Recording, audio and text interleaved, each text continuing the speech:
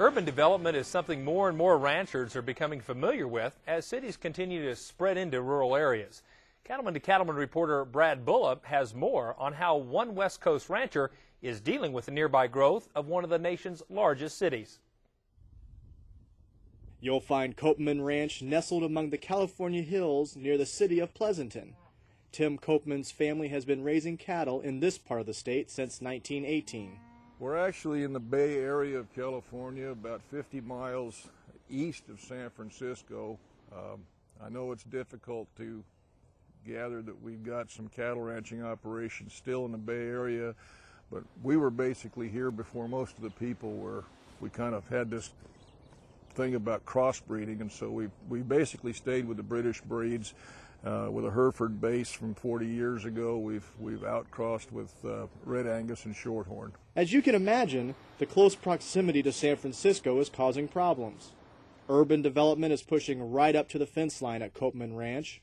Today, the property is hemmed in by large houses to the east, a freeway to the west, and an 18-hole golf course to the north. Although the work level and managing 130 cows plus or minus is quite a bit of work, it's a lot of fun for the family to do, but it's a little smaller than it used to be. We used to be able to rent some ground to go with it and put up our own hay. Now most of the places where you could raise hay have all got houses and development on them.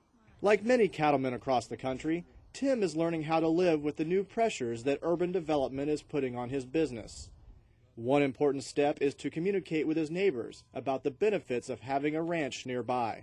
One of the things that we've done is to try to promote the fact that we are providing open space to our urban neighbors, and we're doing a good job of stewardship. We've got 4 generations of land stewardship here, tremendous variety and biodiversity here in terms of species of animals. And we just keep trying to promote that to our urban neighbors so that they learn to accept us and our way of life.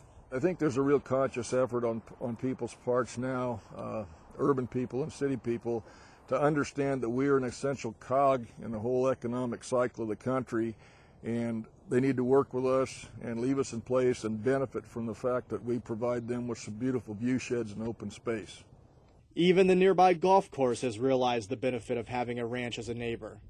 The course needed a conservation easement, and it was Tim's rotational grazing methods that helped to make sure it complied with environmental rules. The municipal golf course set aside about 60 acres between my fence line and the actual golf course and called it their natural area. Well, their natural area didn't grow any violas. All of a sudden, we go to my fence line, and their natural area that's supposed to be of benefit to nature has no Johnny jump ups, no wildflowers. It's got some noxious invasive weeds after 3 years of not grazing. On my side, you've got a beautiful mosaic of annual grasses and a variety of wildflowers.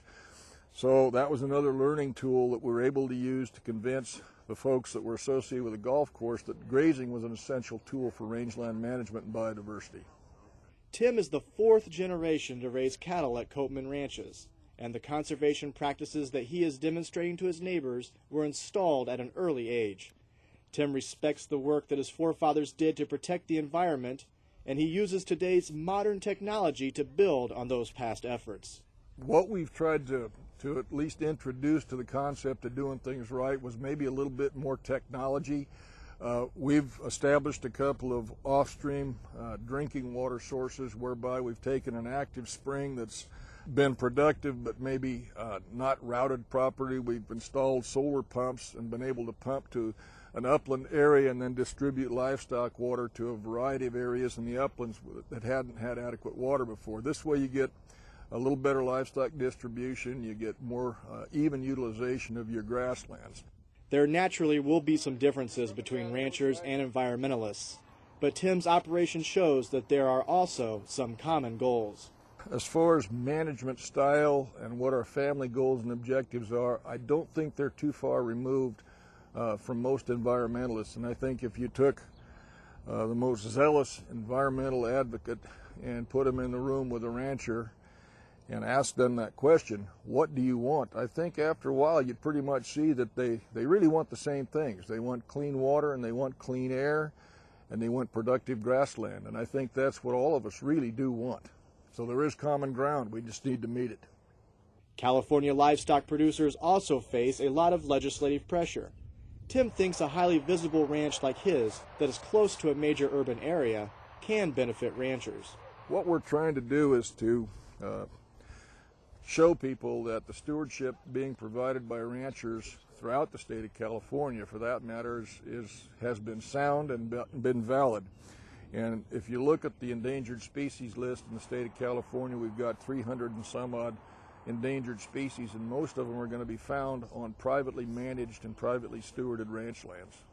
I think that all of us are doing a good job for the most part, and I think that probably what we need to do a little better job of is talking to our consumers a little bit and telling them, hey, we're out here, we're doing you a good job, we're providing you with a tremendously valuable protein source on land that's not suitable for other farming, and give us a little respect and understand what we're doing. We're doing the right thing. From California's Bay Area, this is Brad Bulla reporting for NCBA's Cattleman to Cattleman. Tim Koopman is a member of the state organization, the California Cattlemen's Association. Get your voice heard by joining your state Cattlemen's Association and the National Cattlemen's Beef Association today. To do so, call 1-866-USA-BEEF or visit beefusa.org.